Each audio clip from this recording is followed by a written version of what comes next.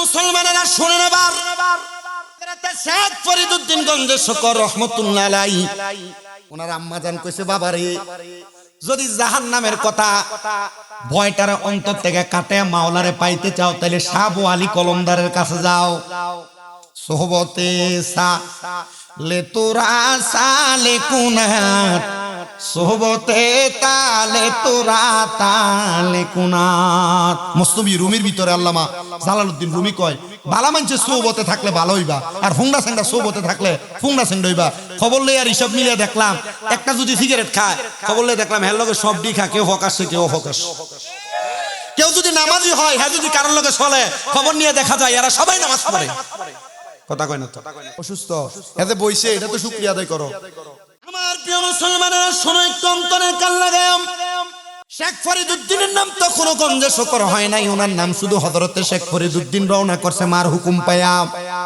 রাস্তা দিয়া যাওয়ার সময় আল্লাহর ওলি যারা তাদের জবান কিন্তু তাদের জবান না আল্লাহর কুদরতের জবান মারহাবা কোন তিরমিজির হাদিস আল্লাহর ওলি যারা তাদের চোখ কিন্তু তাদের চোখ না আল্লাহর কুদরতি চোখ তাদের হাত না এটা আমার আল্লাহর কুদরতের হাত তাদের কান না এটা আল্লাহর কুদরতের কান তাদের পাও না এটা আল্লাহর কুদরতি পাও হযরত শেখ ফরিদউদ্দিন রাহমাতুল্লাহ আলাইহি রাস্তা দিয়া যায় বয়স মাত্র 12 যাওয়ার সময় দেখতেছে একটা বড় পাথরের গুড়া যেটা এটার কি কোন আপনারা উনি দেখতে পেলে সিলেকশন পাথরের টুকরা বালুর একটা স্তূপ দেখে ফরিদউদ্দিন রাহমাতুল্লাহ আলাইহি যাইতে বলে আরে এটা যদি বালুর স্তূপ না হইয়া চিনি হইতো কি হইতো চিনি হইতো উনি বলেন এটা যদি চিনি হইতো এই কথা বইলা তিনি সামনের দিকে যাইতে লাগলেন গেলেন হযরত আবু আলী কলমদারের কাছে যে ডাক দিয়ে বলতেন হুজুর আমার মা পাঠাইছেন আপনার কাছে আবু আলী কলমদার ডাক দিয়ে কয় বাবা মা পাঠাইছে ঠিক আছে আমার ঘরে কোনো চিনি নাই রাস্তার মধ্যে এতগুলা চিনি পাইলা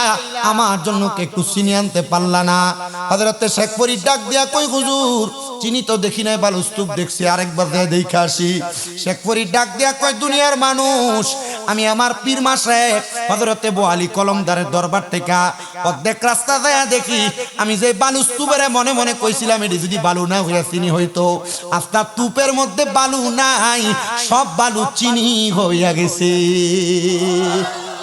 বানাইছে কি তখন থেকে ওনার নাম হইছে গঞ্জের শকর মানে চিনিওয়ালা মানে কি আর আমরা দি ফু দিলে গাছের ভাত হলো না আর আগের বড় বড় আল্লাহর ওলিরা নামাজের জন্য খোলা আকাশের নিচে যখন 2 রাকাত নফল নামাজ পড়তো দোয়া করতো আল্লাহ ইয়া বৃষ্টি হয় না আল্লাহ মুনাজাত শেষ করার আগে বৃষ্টি হওয়ার মুড়ি যা পড়তো আল্লাহর ওলিরা কোন রোগ বালা মুসিবত ফু দিলে ভালো হয়ে যেত পীরের তো অভাব নাই কিন্তু কাম হয় না কথা কয় না কি হয় না কাম হয় না কারণ এটা পীর কিন্তু বেলায়েত ভিতরে নাই তো বেলায়েত ছাড়া পীর এটা পীর না বেলায়েত ওয়ালা পীর যেটা এটা পীর আর হযরত শেখ ফরিদ রাহমাতুল্লাহ আলাইহি ছিলেন বেলায়েত ওয়ালা পীর মারহাবা কর হযরত শেখ ফরিদ রাহমাতুল্লাহ আলাইহি উনি আবার গেলেন আবার আবু আলী কলমদারের কাছে চিনি এগুলা নিয়ে হুজুর আপনার জন্য হাদিয়া ওরে আল্লাহ রাসূল পাইতে আমি বায়াত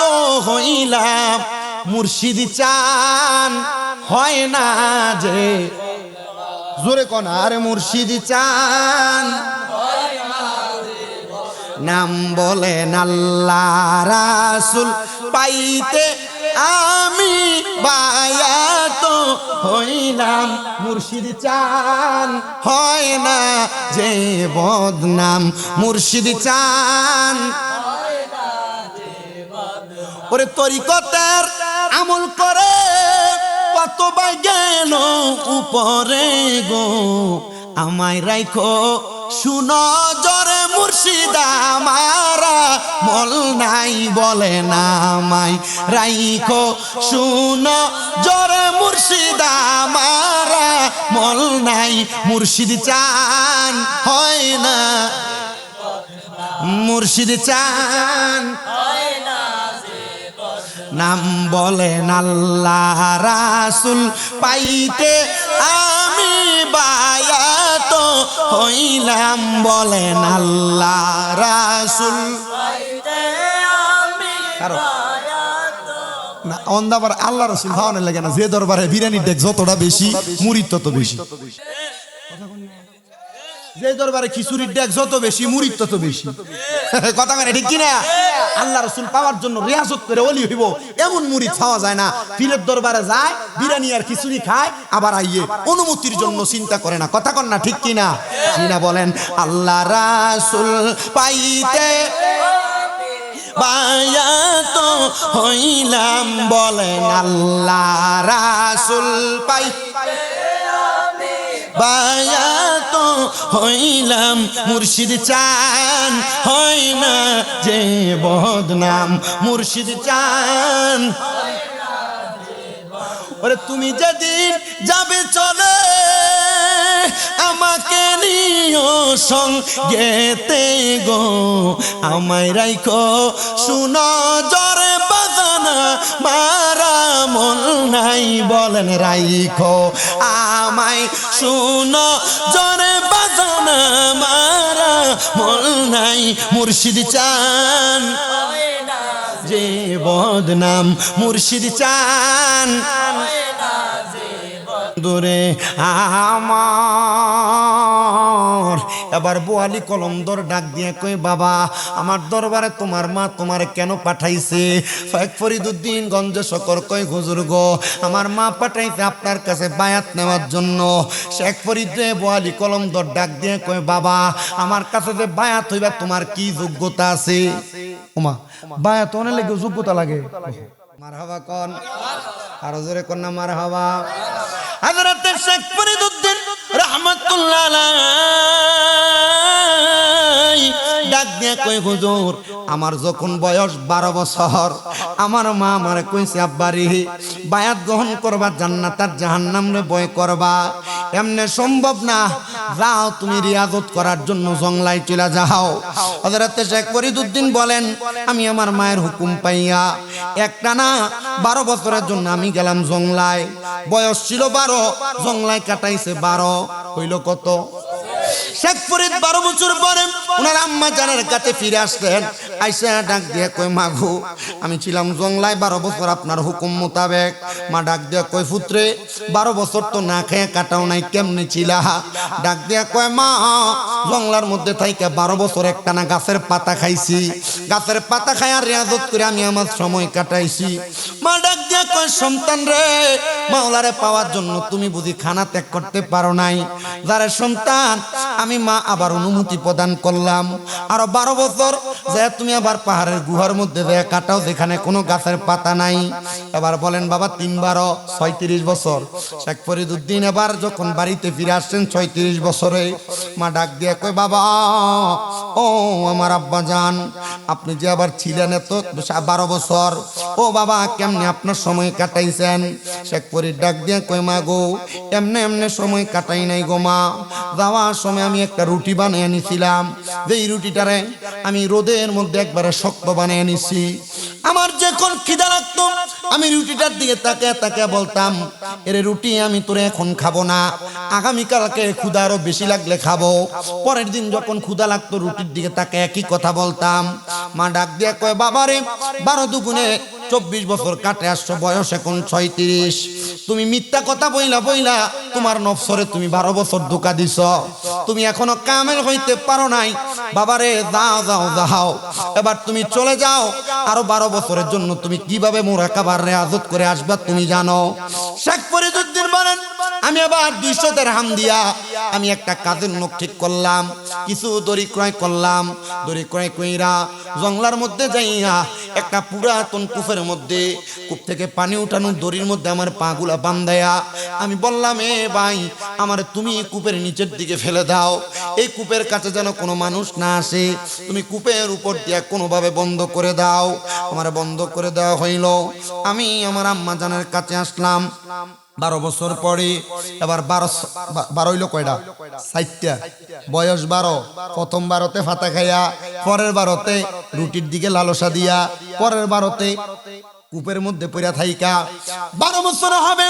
ঠিক একদিন আগেই একটা চিল পাখি আইসা এবার হযরতে শেখ ফরিদের কাছে ডাক দিয়া কয় শেখ ফরিদ তোমার চোখগুলা বড় সুন্দর, তোমার একটা চোখ আমার বড় পছন্দ, দিবানি আমার আল্লাহর হস্তে। শেখ ফরিদ কয় যদি আমি না দেই তাহলে আমি কামেল হইতে পারবো না। শেখ ফরিদ কয় তুমি আমার কাছে একটা চোখ চাইছো, আমি তোমারে আমার দুইটা চোখ আল্লাহর হস্তে দান করে দিলাম। আমার আল্লাহ তার প্রতি বড় খুশি হয়ে গেছে।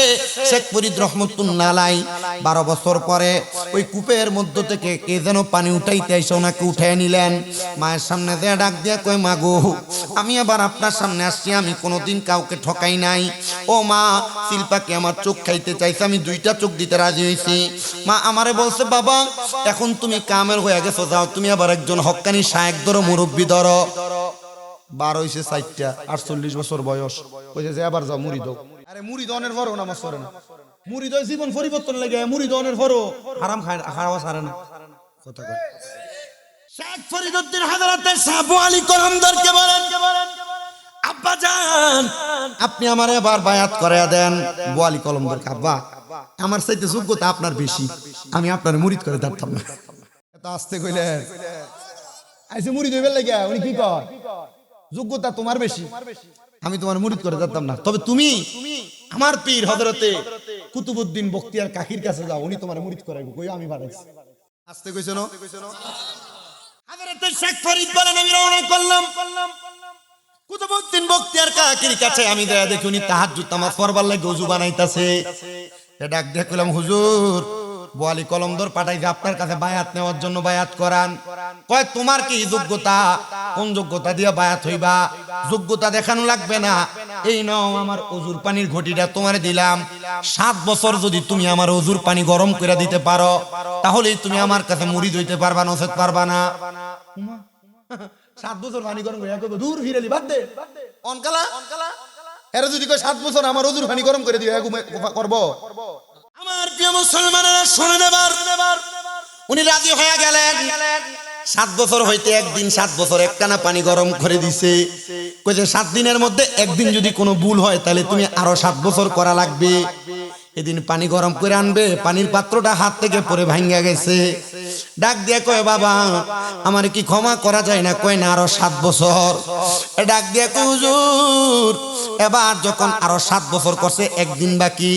হযরতে কুতুবউদ্দিন বখতিয়ার কাকি আল্লাহর কাছে দোয়া করে আল্লাহ আমার এলাকার মধ্যে কোন ঘরের মধ্যে তুমি আগুন রাখো না একদিনের জন্য, দেখবো আমার শেখ ফরিদের ধৈর্য কত। শেখ ফরিদ রহমতুল্লাহ আলাইহি উনি বলেন ওই দিন আমি কোন জায়গার মধ্যে পানিটা গরম করার জন্য কোনো আগুন পাই নাই। আমি তালাশ করতে করতে কত জায়গার ভিতরে গেলাম, কোন জায়গার মধ্যে আমি কোনো পানি খুঁজা পাই নাই। যখন আমি পানি খুঁজা পাই নাই আমি এবার এলাকা থেকে আরেকটু দূরে যাইতে লাগলাম। আমি দূরে যাইয়া দেখলাম ওই এলাকার একবারে পাপিষ্ঠ একটা মহিলা, যে মহিলা তার দেহর ব্যবসা করত, কিন্তু ওই মহিলার ঘরের মধ্যে আগুন জ্বলতাছে। শেখ ফরিদ ডাক দিয়া কয় দুনিয়ার মানুষ, আমি ওই মহিলার ঘরের দরজায় গেলাম। আমি যে ডাক দিয়ে কইলাম মা গো, ও আমার আম্মা জান, আপনি কি আমার একটু পানি দিবেন? আমার পীরের জন্য পানি গরম করার জন্য আগুন দিবেন নাকি?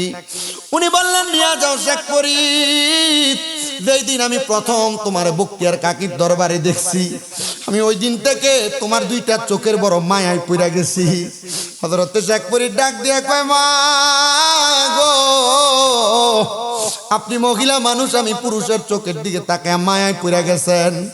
আপনি কি জানেন মা, কোন মহিলার চোখ দিয়ে কোন পর পুরুষের দিকে তাকাইলে তার চোখের আমল নামার মধ্যে জিনা হয়। কোন মহিলা তার হাত দিয়ে যদি কোন পর পুরুষ স্পর্শ করে তার হাতের জিনা হয়। কোন মহিলা কোন পর পুরুষের সঙ্গে মেলামেশা করার জন্য, সাক্ষাৎ করার জন্য যদি পা দিয়ে হাঁটা যায় তাহলে তার পায়ের জিনা হয়। মহিলা ডাক দিয়ে কই না রে বাবা, কিছুই জানি না, তবে যেই দিন আমি তোমারে দেখছি আমার কাজ ছিল দেহ ব্যবসা করা। আমি আমার দেহরে মানুষের কাছে টাকার বিনিময়ে বিলে বিলে দিতাম, মানুষ আমার দেহ বুক করতো রে শেখ ফরিদ। আমি ওই দিন থেকে আমার দেহ ব্যবসা করা বন্ধ করে দিয়েছি। আমি 14 বছর আগে যখন তোমার চেহারাটা দেখছি, তোমার চোখগুলা দেখছি, শেখ ফরিদ রে পানি দিতে পারি 1 সপ্তাহে, যদি তোমার একটা চোখ আমারে খুইলা দিতে পারো শেখ ফরিদ ডাক দিয়া কয় আমি কোনো কথা না বইলা মহিলার চোখ পছন্দ বলছে আমি আমার ডান হাতে শাহাদাত আঙ্গুল দিয়া আমার একটা চোখ বাহির করার সাথে সাথে আমি ওই মহিলার হাতে দিয়া আমি আমার পানিগুলা গরম কইরা বক্তিয়ার কাকির কাছে লইয়া গেছি হুজুর নেন 7 বছর পূর্ণ হয়ে গেছে পানি গরম করে আইনা দিছি হুজুর আপনি ওযু বানান হুজুর কয় পানি গরম করছো কেমনে আর চোখ কেন নাই কুতুবউদ্দিন বক্তিয়ার কাকি কয় বুঝছি রে চোখের বিনিময় মনে হয় পানি গরম করে আনছে কুতুবউদ্দিন বক্তিয়ার কাকি গরম পানি দিয়ে ওযু বানাইয়া আমার আল্লাহর দরবারে 2 রাকাত নামাজের মুসল্লায় পড়া গেছে ডাক দিয়া কয় আল্লাহ ও দয়াল আল্লাহ আমার শেখ ফরিদে আমি কুতুবউদ্দিনের জন্য পানি আনতে যায় তার চোখটা খোয়াইছে তুমি যদি এখন আমার দোয়া কবুল না করো আল্লাহ গো আমার মুরিদের কাছে আমার ইজ্জত থাকবে না আল্লাহ গো আমি কুতুবউদ্দিন বক্তিয়ার কাকি তোমার কাছে দোয়া চাই আমার মুনাজাত শেষ হওয়ার আগে আমার শেখ ফরিদের চোখটা তুমি ফিরে দাও শেখ ফরিদ রহমতুল্লাহ আলাইহি বলেন দুনিয়ার মানুষ কুতুবউদ্দিন বক্তিয়ার কাকি নামাজটা শেষ করার আগে আমার আল্লাহ কুদরতি ভাবে আমার চোখ আবার আগের মতো বানিয়ে দিছে জোর করিয়া বুঝতে গেলে তার গো মরণ জ্বালা কেউ বুঝিতে পারে না রে পীর মুর্শিদের খেলা আরে ওলি আল্লাহর খেলা আরে কেউ বুঝিতে পারে না রে ওলি আল্লাহর খেলা আরে পীর মুর্শিদের খেলা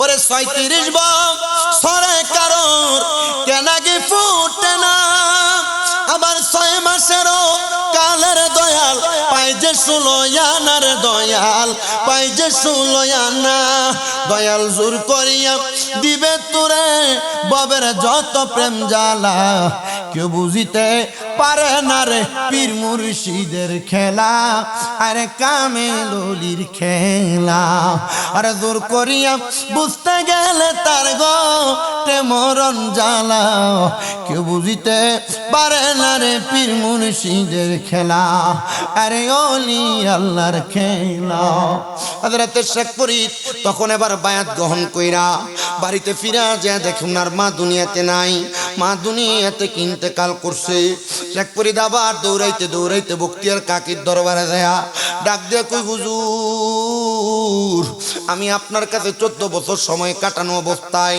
আমার মা দুনিয়া থেকে বিদায় হয়ে গেছে ও হুজুর আমার মা তো দুনিয়াতে মৃত্যুরে বড় ভয় করত জাহান্নামরে বড় ভয় করত আমি শেখ ফরিদের মন ডাকে আমার মা কবরে কেমন আছে আমি জানতাম আবার ডাক দিয়ে কয় বাবা তুমি আমার সামনে আসো আমি তোমারে মুরাকাবা শিখাই এ মুসলমানেরা আপনারা অনেকে পীর মাশায়েখের কাছে বায়াত নিছেন কিন্তু মুরাকাবাটা কেমনে করে এখনো পর্যন্ত জানেন না এটারে তরিকত বলে না এটারে মুরিদ বলে না আপনি মুরিদ হওয়ার পর মুরাকাবা মুশাহাদার নিয়মটা একটু শিখেন ফানাফিল্লাহ বাকাবিল্লার জগতে কেমনে পৌঁছাইবেন একটু শিখেন শিখতে পারলে আপনি কামেল হইতে পারবেন নচেত আপনি নামের মুরিদ থাকবেন গো কামের মুরিদ থাকবেন না ফানাফিল্লাহ বাকাবিল্লার জগৎ ওয়াজ করতে গেলে একটা মাহফিলের ওয়াজ লাগবে অন্য কোনো দিন আসলে আমি আপনাদেরকে বলবো তবে তার আগে আমি আপনাদের কাছে শুধু বলে দিয়ে যাই আপনারা একটু মুরাকাবা করবেন মুরাকাবা শব্দের অর্থ হলো ধ্যান করা মুরাকাবা শব্দের অর্থ হলো গভীর চিন্তা করা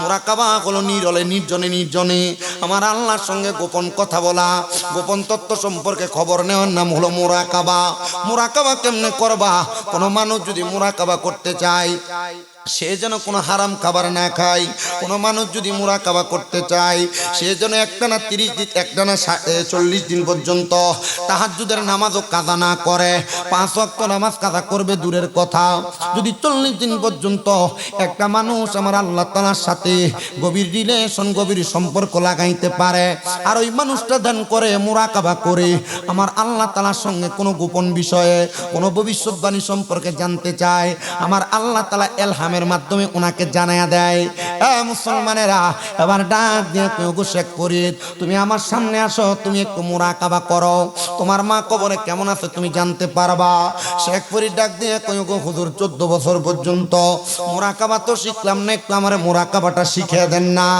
ডাক দিয়ে কই বাবা মুরাকাবা শিখো নাই, মুরাকাবাটা আমি তোমারে বলে দেই, গভীর চিন্তা।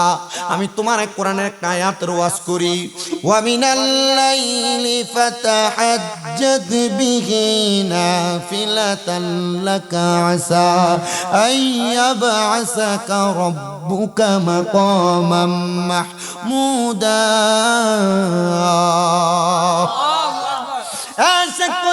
আল্লাহ তাআলা ঘোষণা করেছে নবী যেন রাতের কিছু অংশে তাহাজ্জুদের নামাজ পড়ে, অতি সত্তর নবীজিকে মাকামে মাহমুদ প্রশংসার জায়গা দান করা হবে। আমার নবীজির উপর এই আয়াত নাযিল হওয়ার পর নবী বারবার কান্না করছেন, ওগো আল্লাহ, আমার উম্মত যদি তাহাজ্জুদ পড়ে উম্মতের কি দান করবেন? হাদিসে কুদসির মাধ্যমে আমার আল্লাহ আমার নবীকে জানায় দেন, নবী গো, আপনার উম্মত যদি তাহাজ্জুদ নামাজ পড়ে আমার আল্লাহর কাছে যা চাইবে আমার আল্লাহ তা দান করে দিবে। হযরত শেখ ফরিদ বলে, আমি এবার তাহাজ্জুদের মুসল্লার মধ্যে পড়ে গেলাম, তাহাজ্জুদের মুসল্লার মধ্যে আবার কান্নাকাটি করতে লাগলাম। আমি ডাক দিয়ে বললাম আল্লাহ, সবাই জোরে ডাক দিয়ে বলেন আল্লাহ, জবান খুলে বলেন আল্লাহ, মুহাব্বতের আওয়াজে বলেন আল্লাহ। শেখ ফরিদকে আমি ডাক দিলাম আল্লাহ, যে মা আমার 12 বছর বয়স থেকে 35 বছর 48 বছর একটা না আমার রিয়াজত করায়া আমারে পাঠাইতেন বায়াত গ্রহণ করার জন্য। আমি গেলাম 14 বছর আমার পীরের খেদমত করলাম। আমি আমার মারে বাড়িতে যে পাই নাই আল্লাহ গো, আমি আমার রিয়াজতের সময় কাটাইছি, আমি আমার আম্মা আব্বার খেদমত করতে পারি নাই আল্লাহ গো। আমার মায়ের জানাজার নামাজও আমি পড়তে পারি নাই, শেষ দেখা আমি সন্তান দেখতে পারি নাই আল্লাহ। আমার মা কবরে কেমন আছে আমি দেখতে চাই, আমি জানতে চাই। আল্লাহর দ্বারা খাস বান্দা, মকবুল বান্দা, এরা মুরাকাবা কইরা আমার আল্লাহর কাছে কোনো দোয়া করলে আমার আল্লাহ মুরাকাবার ভিতরে মৃত মা বাবারে দেখাইতে পারে কি পারে না? আল্লাহর ক্ষমতা আছে না নাই? জোরে কন্যা ক্ষমতা আছে না নাই? এ বন্ধু, এবার হযরত শেখ ফরিদ বলে, আমি আমার মুরাকাবার মধ্যে দেখলাম আমার মা জান্নাতি খানা পেনা নিয়ে খাবার আহরণ করতেছে। আমি বললাম, ও মা, আপনি যে জান্নাতের খানা খান কারণ কি? মা ডাক দিয়া কই, সন্তান 48 বছর আর তোমার 14 বছর একটা না, তুমি 62 বছর পর্যন্ত আল্লাহ তাআলার ইবাদতে ধ্যানমগ্ন ছিলা, মুরাকাবা মুশাহাদা করেছো। তোমার মতো সন্তান দুনিয়াতে থাকতে কোনো মা জাহান্নামে যাইতে পারে না। আব্বারে, তুমি সন্তানের দোয়ার বরকতে আল্লাহ তাআলা আমি মার জান্নাতি খানার সামনে দাঁড় করাইছে। এই সন্তানের দরে নাম আমি জানি না। আজকে গুসপা জান্নাতের বাগানে আপনারা যারা বসছেন মরহুম মুনতাজ মিয়ার বাড়ি প্রাঙ্গণে, আপনাদের কার জানি মা কবরে আপনি সন্তানের অপকর্মের কারণে জাহান্নামের ভাগীদার। আপনারা কার মা বাবা জানি আপনারা সন্তানের অপকর্মের কারণে জাহান্নামের আযাবের ভাগীদার হয়? বলে হুজুর বলেন কি? বলে হ্যাঁ হ্যাঁ হ্যাঁ, একটা মা বাবা সন্তান জন্ম দেওয়ার পর ওই সন্তানের অপকর্মের কারণে মা বাবা জাহান্নামের আগুনে জ্বলে, আবার সন্তানের নেক আমলের কারণে মা বাবা নাজাত পাওয়া যায়। এ গুসবার মানুষ, আশপাশ এলাকা থেকে আগন্ত মুসল্লিরা, আমি জানি না আপনারা কারা আপনাদের মা বাবার মনে কষ্ট দিয়া মাহফিলে বসছেন। আমি আপনাদের কদম কামনা করি, পারলে দেন আপনার পা আমার সামনে আগায়া দেন, আমি আমার জিহ্বা দিয়ে আপনার পা পরিষ্কার করে দিব। শুধু ওয়াদা করবেন, হুজুর এখান থেকে বাড়িতে যাই আমি আমার মার পায়ের মধ্যে ধরবো, আমার আব্বার পায়ে ধইরা আমি শুধু তাদের কাছে ক্ষমা প্রার্থনা করব। সন্তানের দল যতক্ষণ পর্যন্ত আপনার মা আপনার বাবা আপনারে ক্ষমা না করবে, মুখ দিয়া বলছে, ততক্ষণ পর্যন্ত মা বাবার পাও ছাইরেন না। বলে হুজুর বলেন কি? হ্যাঁ রে হ্যাঁ, আম্মা আব্বার পায়ে ধরলে দাম কমে না। আম্মা আব্বা যদি ক্ষমা না করে স্বয়ং আমার আল্লাহ তাআলা ক্ষমা করে না। হুজুর আম্মা আব্বার পায়ে ধরে মাপ চাইবো দূরের কথা, আমি তো দুই ঈদের সময় আমার আম্মা আব্বার পা ধরে সালামও করি না। আরে সালাম না, মাঝে মাঝে সুযোগ পাইলে আম্মা আব্বার পায়ের মধ্যে চুমা দিবা। বলে হুজুর বলেন কি গুনাহ কি হবে না, শিরিক হবে না? না রে না, গুনাহ হবে না, গুনাহ হবে না। আমি নিজে যেই দিন মাদ্রাসায় ক্লাস 6-7 পড়ি শুধু শুনছিলাম আম্মা আব্বার কদমে চুমা দিলে আল্লাহর জান্নাতের চৌকাঠে চুমা দেওয়ার স্বাদ পাওয়া যায়, আরাম পাওয়া যায়। আমি ওই দিনে আমার মা বাবার আয়েশা ঘরের মধ্যে পায়ে চুমা দিছি। এখনো মাঝে মাঝে সুযোগ পাইলে আমি আমার আম্মা আব্বার পায়ে চুমা দেই। সন্তান কেন জানো? কারণ আমি কামেল পরীক্ষা দিয়েছি, কামেল ফেকাতে কুমিল্লা আলিয়া থেকে। আমি আমার এলেমের জোর দিয়া বক্তা না, আমি একমাত্র আমার আম্মা আব্বার দোয়ার বরকতে বক্তা। আমি আমার পীর মাশায়েখ ওস্তাদদের দোয়ার বরকতে বক্তা। আপনাদের মতো বয়স্ক মুরব্বীদের দোয়ার বরকতে আমি বক্তা। মুসলমান, আমি আমার আম্মা আব্বার পায়ে চুমা দেওয়ার পর থেকে আল্লাহ আমাকে কবুল করেছে ইসলামের পথে বরকতে। আল্লাহ আমাকে দিয়ে কুমিল্লা শহরে কয়েকটা মাদ্রাসা চালায়। আমি আমার আল্লাহর দরবারে লাখ লাখ শুকরিয়া করি। আল্লাহ, আমার কোনো যোগ্যতা দিয়া তুমি আমার এমন বানাও নাই, একমাত্র আমার আম্মা আব্বার দোয়ার বরকতে। অনেকে চিন্তা করে হুজুর এখানে আমরা যারা আমরা আমাদের মা বাবার পায়ে ধরতে পারি না, শরম লাগে। আর আজকে গুসপা দরবার শরীফের মাহফিল কবুল হবে কিনা আমি জানি না, তবে একটা গ্যারান্টি দেয়া যায়, আগামীকালকে যদি শোনো গুসপা উত্তর পাড়ার বাজারের মধ্যে বৈশা কোনো মানুষ কোনো মুরব্বী বলে হ্যাঁ শামীম রাজার ওয়াজ শুনে আমার ফুতে বাড়িতে এসে আমার পায়ে ধরে মাপ চাইছে, মনে করবা মাহফিল আল্লাহর দরবারে কবুল হয়ে গেছে। কোনো মহিলা যদি একজন আরেকজনরে বলে হ্যাঁ শামীম রাজার ওয়াজ শুনা আমার ফুতে আমার পায়ে ধরে মাপ চাইছে, মনে করবা মাহফিল আল্লাহর দরবারে কবুল হয়ে গেছে। এ সন্তান, অনেকে চিন্তা করে হুজুর পায়ে ধরলে কি দাম কমবে না, ইজ্জত কমবে না? না না না, দাম কমবে না, ইজ্জত কমবে না, সম্মান কমবে না। আমি নিজে আমার আম্মা আব্বার কদমের মধ্যে চুমা দেই। শুধু চুমা দেই না রে, 1 বছরের উপরে, আজকে প্রায় 1 বছর 15-16 দিনের কাছাকাছি হয়। আমার আম্মা যেন অসুস্থ, বিছানার মধ্যে পড়া, এখন একটু একটু দোয়ার বরকতে আমার বহু ভক্তরা সারা বাংলাদেশ থেকে আমার মার জন্য তাহাজ্জুদ পড়া, রোজা রাইখা, নফল নামাজ পড়া, কোরআন খতম করে দোয়া করছে। আমার আল্লাহ কবুল কইরা আমার মার এখন একটা স্ট্রেচারে ধরে ধরে হাঁটার ব্যবস্থা করে দিছে। প্রথম 2 মাস 10 দিন পর্যন্ত আমি আমার মায়ের এমন খেদমত করছি, আমি আমার নিজের বিছনায় ঘুমাই নাই, মা খাটে ঘুমাইছে, আমি নিচে বিছান করে ঘুমাইছি। মা যতক্ষণ চোখ কাটে নাই ততক্ষণ পর্যন্ত আমি আমার চোখ লাগাই নাই। বললে আমার দাম কমবে না, আমি আমার হাতগুলা দিয়ে কোষ করে আমার আম্মার প্রস্রাব পায়খানা পরিষ্কার করছি। খোদার কসম রে মুসলমান, আমার আম্মার পেছনে এই পর্যন্ত প্রায় 8-9 লক্ষ টাকা আমি নিজে খরচ করেছি। আল্লাহ এমন দয়ার আল্লাহ, আল্লাহ এমন মায়ার আল্লাহ, আমার 1 বছর 10 দিন আল্লাহ তাআলা এর চাইতে ডাবলের চৌডাবল সম্পদের মালিক বানাইছে। আমি বিশ্বাস করছি আমার আল্লাহ তাআলা আমার আম্মার দোয়ার বরকতে খেদমতের কারণে আমাকে সম্পদ দিয়ে সম্পদশালী করছে। এ দুনিয়ার সন্তানের দলেরা, তোমাদের মা বাবা তোমাদেরকে জায়গা দিয়ে গেছেন, সম্পদ দিয়ে গেছেন, টাকা পয়সা দিয়ে গেছেন, ধন দৌলত দিয়ে গেছেন। তোমরা ধন দৌলত টাকা পয়সা সব আল্লাহর রাস্তায় ব্যয় করো কিনা জানি না, কিন্তু জানো তোমাদের মা বাবার জন্য যে তোমরা হাত বাড়ায় বাড়ায় দোয়া করো না, মা বাবা কবর থেকে তোমার লানত দেয়। আর তুমি যদি দোয়া করো, মা বাবা কবর থেকে দোয়া করো মাগফিরাতুল লাহুমা, আল্লাহ যেই যায় মানুষটা দোয়ার বরকতে আমারে মাফ করে দিছো, তুমি তারও মাফ করে দাও। এ সন্তানের দল, এ দাড়ি পাকা মুরব্বী বাবারা, আপনার মা বাবা আপনারে বড় কষ্ট করে মানুষ করছে। আব্বা জান ঈদের দিনে নতুন কোনো জামা কাপড় পরে নাই, আপনি সন্তানরে নতুন জামা কাপড় কিনা দিছে। মা নতুন কোনো জামা কাপড় পরে নাই, আপনি সন্তানরে কিনা দিছে। এই যে সামনে কোরবানির ঈদ আসতেছে, অনেক সন্তানের মা বাবা কোরবান দিতে পারতো না, মানুষের বাড়ি থেকে যে গোশতগুলো আসতো ওই গোশতগুলো রান্না করে আপনি সন্তানরে রাইখা রাইখা ভুনা করে খাওয়াইতো। এই সন্তানের দল, আপনি এখন কোরবানি করেন লক্ষ লক্ষ টাকা দিয়ে গরু মহিষ ছাগল কিনেন, কিন্তু আপনার মা বাবার মুখে আপনি একটু কোরবানির গরুর গোশত কুইলা খাওয়াইতে পারেন না। খাওয়াইবেন কেমনে? আপনার মা বাবা কবরে। একটা বাস্তব ঘটনা শুনলে আপনাদের কারগুজারিটা শোনাইলে আপনারা বুঝতে পারবেন। সৌদি আরবে আমি যখন হজ করতে গেছিলাম, একটা ছেলে জোনায়েত নাম, তার বাড়ি জামালপুরে, আর একটা ছেলের বাড়ি হলো কিশোরগঞ্জে। ছেলেটা আমারে ডাক দিয়ে কই, হুজুর আমি প্রতি মাসে 2 বার মক্কাতে আসি উমরা করার জন্য। হুজুর মক্কার সামনে আসলে আমার চোখের পানি আমি ধরে রাখতে পারি না। আমার আব্বা জান হজে যাওয়ার জন্য টাকা জমাইছিল, আমি বিদেশ যাওয়ার জন্য টাকাটা দিয়া দিছে। আমার আব্বা জান আমার বলছে, পুত্রে বিদেশ যাইতেছো, টাকা পাঠাইলে টাকা দিয়ে আমি কোরবানি দিব। হুজুর আমি আমার আব্বা জানের অ্যাকাউন্টের মধ্যে আমি টাকা পাঠাইছি কোরবানির 4 দিন আগে টাকা পাঠায়া আমি আমার আম্মা জানের ফোনে কল দিছি। কল দিয়া কইলাম, আম্মা গো, আমার আব্বা জানের টাকাটা দিয়া বইলাম তুইলা কোরবানি দিতে। আমার মা চিৎকার দিয়া ডাক দিয়া কয়, আব্বা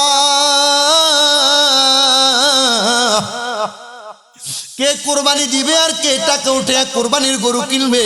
তোমার আব্বা তো আজকে দুনিয়া থেকে বিদায় হয়ে গেছে। হুজুর, আমি প্রতি বছর 2.5-3 লক্ষ টাকা দিয়ে কোরবানি দেই, কিন্তু আমার আব্বাটারে দেখি না, আমার কলিজাটা ছিঁড়া যায়। হুজুর জানেন আমার জীবন আরো বড় কষ্টের। কোরবানির ঈদের দিন সকালবেলা আমার মা দুনিয়া থেকে বিদায় হয়ে গেছে। আমার মা গলার চেনটা বিক্রি করে আমার বিদেশ পাঠাইছে। এখন আমার মাও নাই, বাবাও নাই, আমার ব্যাংকে টাকার কোনো অভাব নাই, কিন্তু আমি কারে আমার কুরবানির গোশতগুলা খাওয়াইমু? আমার ঈদগুলা ঈদের মতো যায় না। আমার মা নাই, বাপ নাই, আমি কেন কোরবানি দিব আর কি করব কোরবানি দিয়া? আমি জানি রে, আজকের মাহফিলে এমন অনেক এতিম সন্তানের অবশ্য, যারার মা নাই, যারার বাবা দুনিয়াতে নাই। ও আল্লাহ গো, যাদের মা দুনিয়াতে নাই, যাদের আব্বা নাই, এই সন্তানগুলো এতিম হইয়া দুনিয়াতে আসছে। এরা টাকার অভাব নাই, পয়সার অভাব নাই। আল্লাহ, এই সন্তানগুলার মা বাবা তুমি মাফ করে দিও। আল্লাহর নবী সাহাবী হযরতে সাদ ইবনে উবাদা রাদিয়াল্লাহু তাআলা আনহু বলেন, আমার মা মারা গেছে, আমার অনেক ধন সম্পদ দিয়া গেছে। আমি আমার নবীর কাছে যেয়ে ডাক দিয়া বললাম, ইয়া রাসূলুল্লাহ, আমার মা ইন্তেকাল করেছে। নবীজি গো, আমার কাছে কি এমন কোন ক্ষমতা আছে যেটার মাধ্যমে আমার মার জীবনের গুনাহ মাফ করে মারে আল্লাহ জান্নাতি বানিয়ে দিব? নবী কয়, সাদ ইবনে উবাদা, তুমি তোমার মায়ের পক্ষ থেকে সদকা করে দাও। সাদ ইবনে উবাদা বলে, ইয়া রাসূলুল্লাহ, আপনি সাক্ষী থাকেন, আমার একটা খেজুরের বাগান আছে, যার নাম হলো মিখওয়াদা। ওই বাগানটা আমি আমার মায়ের জন্য আল্লাহর রাস্তায় কোরবানি করে দিলাম। হযরতে মিখওয়াদা পরের দিন সকালবেলা আসছে আমার নবী কই, মিখওয়াদা, খবর জানোনি তোমার মা বাবা তো জান্নাতি? নবীজি কেমনে? গতকালকে সন্ধ্যাবেলা তোমার খেজুরের বাগান থেকে ক্ষুধার্ত 2টা ছোট ছোট পাখি পাকা খেজুর কামড়ায় খাওয়ার কারণে আমার আল্লাহ তোমার মার জান্নাতি বানিয়ে দিছে। আজকের জান্নাতের বাগানে আমি একটানা 1.5 ঘন্টা সময় আপনাদের কাছে কথা বলেছি, আলোচনা করেছি, নাত রাসূল পড়েছি। আপনাদের কাছ থেকে এমন একটা এতিম সন্তান চাইবো যাদের মা নাই, বাবা নাই। ওরে বুঝিলে বুঝার মতো, আরে পাইবা সাধন মনের মতো, পাইবা তুমি মাবুদ মাওলারে, পাগলা মন আমার স্মরণ করো সব জায়গার মাঝে। বলেন স্মরণ করো সব জায়গার মাঝে, মাবুদ মাওলারে স্মরণ করো মাবুদ মাওলারে। কাপড় যদি একটা হয়, জিনিস যদি 2টা বানায়, নাম হয় 2টা। কোরআন শরীফের উপরে লাগলে হয় গিলাফ, মানুষের গায়ে লাগলে হয় জামা। অনুরূপ ভাবে মুসলমান, আল্লাহর কোন বান্দা যখন ইন্তেকাল করে, ওই বান্দার হয়ে যায় কবর। আর যেই বান্দাটা আল্লাহর বেশি ইবাদত করছে, আল্লাহর মাকবুল বান্দা হয়ে গেছে, ওই বান্দাটারে আমরা মাজার বলি। মাজার, মাজার মানে হলো সম্মানের জায়গা, মাজার মানে হলো জিয়ারতের জায়গা, মাজার মানে হলো সাক্ষাতের জায়গা। আমরা তো দুনিয়ার কোন শিরিক বেদাতকে সেখানে সাপোর্ট করি না, আমরা মাজার জিয়ারত করি নবীর সুন্নাহ মোতাবেক। আমার নবীজি লাইলাতুল বরাতের রাতে, লাইলাতুল কদরের রাতে ওনার আম্মা আব্বার খবর জিয়ারত করেছে। আমি জানতে চাই বাবা, এক শ্রেণীর মৌলবী সাহেবরা নবীজির মা বাপরে জাহান্নামী বানায়। আচ্ছা, নবীর মা বাপ যদি জাহান্নামী হইতো, আমার নবী কি নবীর মা বাবার কবর জিয়ারত করা লাগতো নাকি? ও বাবা শুনো রে, শুনো রে, আল্লাহর নবী কোনো দোয়া করলে দোয়া ফিরিয়ে দেয় না।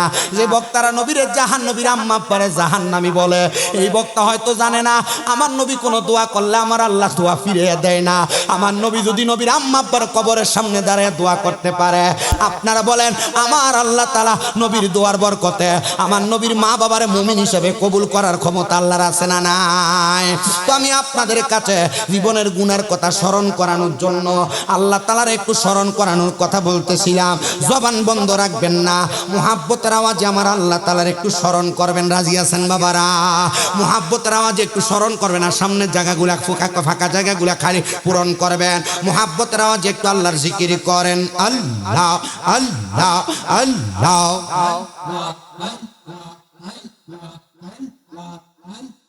আল্লাহ আল্লাহ আল্লাহ আল্লাহ নবী ছাড়া বান্ধব কে না হাইরে মুমিন বাগাই নবী ছাড়া বান্ধব কে না মাশাআল্লাহ আল্লাহ আল্লাহ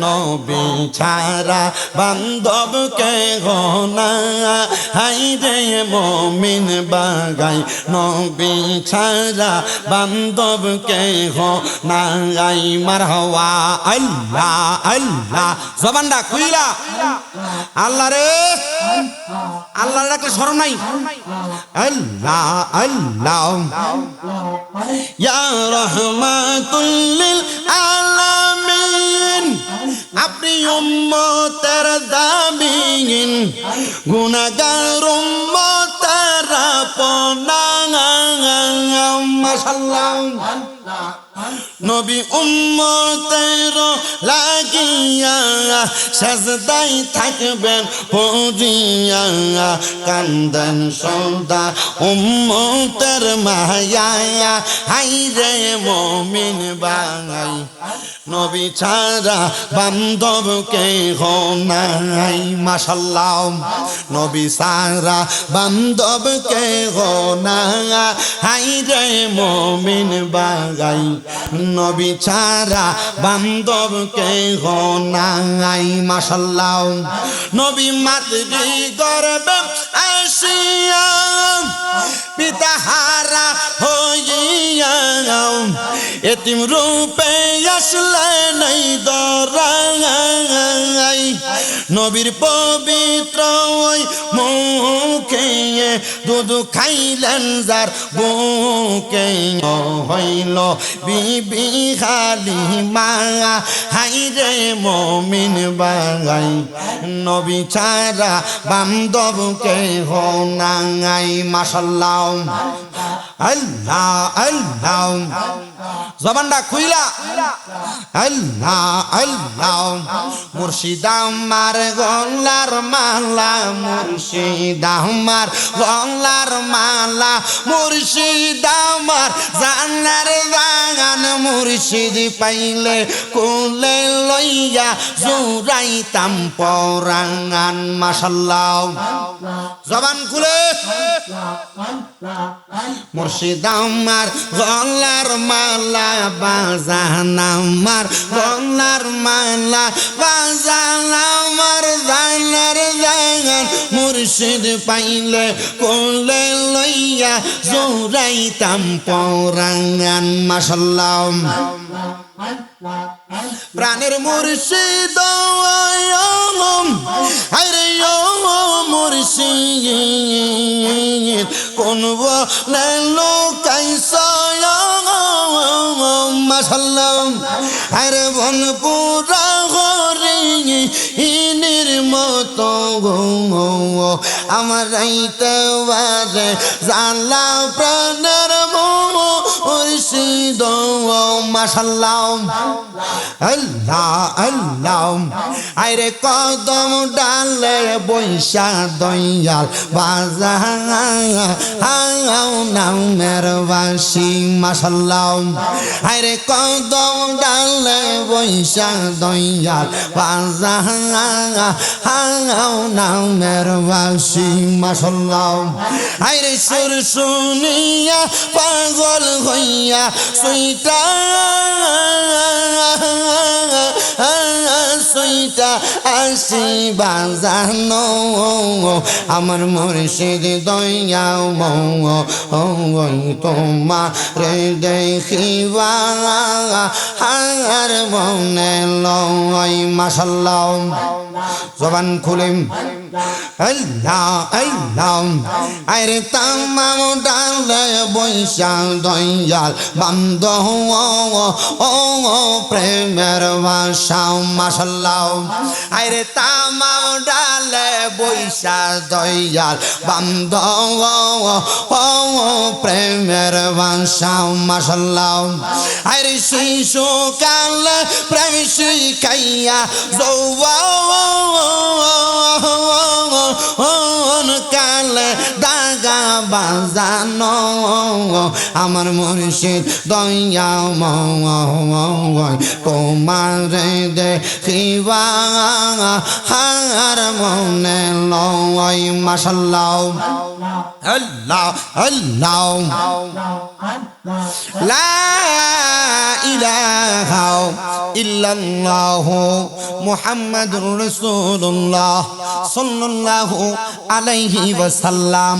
জবান বন্ধ নাই, মুহাব্বতের আওয়াজে উচ্চ কণ্ঠে জোরে পড়েন আলহামদুলিল্লাহ। মুআজ্জিজ সদরে মুহতারাম, আজকে কুমিল্লা জেলার বরুড়া থানাধীন উত্তর ঘোষপা পশ্চিম পাড়া গোডাউন সংলগ্ন মরহুম মুমতাজ বিহার বাড়ির প্রাঙ্গণে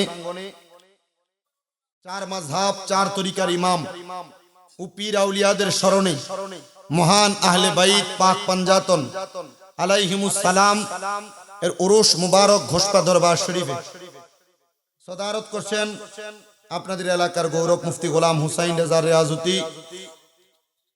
উপস্থিত আছেন এলাকার গণ্যমান্য মুরব্বিনে কারাম, উলামায়ে কেরাম, দাড়ি পাকা মুরব্বী বাবা, যুবক নওজোয়ান ভাই, ছোট ছোট মাসুম বাচ্চা সহ পর্দার অন্তরালে আছেন আমার অবলা সরলা মা ও বোনেরা। মহান আল্লাহ জাল্লা শানুহু গভীর রজনীতে আজকের জান্নাতের বাগানে আমাদের সবাইকে আসার বসার তৌফিক দান করেছেন। সেই মহান রবের শুকরিয়া আদায় করে এক বাক্যে জোরে পড়ি আলহামদুলিল্লাহ। আমি আসার পর যে অবস্থা দেখছিলাম, আমার কাছে মনে হয়েছে আমি ওয়াজ করবো কার কাছে আর ওয়াজ শুনবো কে, আর আমি করবো কার কাছে। কিন্তু আপনাদেরকে আল্লাহর পক্ষ থেকে অসংখ্য জাযা কামনা করি যে আপনারা যে এলাকার মানুষ, আমি নগণ্য মূর্খ মানুষের সামনে দু একটা কথা শোনার জন্য আপনারা মাইকের আওয়াজ শুনেই দৌড়ে আসছেন। আপনাদের জন্য এটার জন্য আল্লাহর পক্ষ থেকে উত্তম জাযা কামনা করি। আল্লাহ এই জাযা আপনাদেরকেও দান করুক, আমাকেও দান করুক, দুনিয়ার কাউকে জাযা থেকে মাহরাম যেন আল্লাহ না করে। আল্লাহ কবুল করেন, জোরে পড়েন আমিন। আমি আপনাদের কাছে এত রাত্রে কি ওয়াজ করব, এই ধারাবাহিকতা রক্ষা করতে গেলে অনেক লম্বা। আমি আপনাদের কাছে অল্প একটু কথা বলি, যে কথা থেকে আপনারা দুনিয়া ভুলে আখিরাতের দিকে অগ্রসর হওয়ার একটা রাস্তা, একটা লাইন হবে। এর মধ্যে একটু শোনেন। আমরা যারা মানুষ দাবি করি, আপনারা বলেন আমরা মানব সমাজে চলাফেরা করা অবস্থায় আমাদের গুনাহ হয় কি হয় না? জবাব সবাই দেয় নাই। এমন মনে হইতেছে যে হুজুর আমি ঘুম থেকে উঠি, আমার মায়ের গর্ভ থেকে জন্ম নেওয়ার সময় আমি যেমন মাসুম, আমি ঠিক এমন মাসুম। আসলে কিন্তু মাসুম না, কারণ আমাদের সমাজ এমন পচা আর নষ্ট হয়ে গেছে। সমাজের বেশিরভাগ মানুষ এখন সুদের সাথে জড়িত। কথা কয় না? হয় খায়, নয় দেয়, নয় সুদের সাক্ষী হয়। কথা কয় না? এটা হোক আর না হোক, আমাদের সমাজের মানুষ যাচাই বাছাই জাস্টিফাই করতে গেলে বেশিরভাগ দেখা যাবে ফরের হক মাইরা খায়। আমি যাচাই বাছাই করতে গেলে বোঝা যাবে আমাদের সমাজের ভিতরে নারী পুরুষ অবাধ মেলামেশার গুনার কাজ বেশি হয়। যদি আমি আমার কথাগুলো বলতে যাই, কথা বলতে গেলে দেখা যাবে গোশপার বাজারের ভিতরে বসে এক লোক আর এক লোকের পিছনে পিছনে বদনাম করে, মানে গীবত করে। কথা কোন না আছে না নাই? ধারাবাহিকভাবে কথাগুলো বলতে গেলে অনেক লম্বা।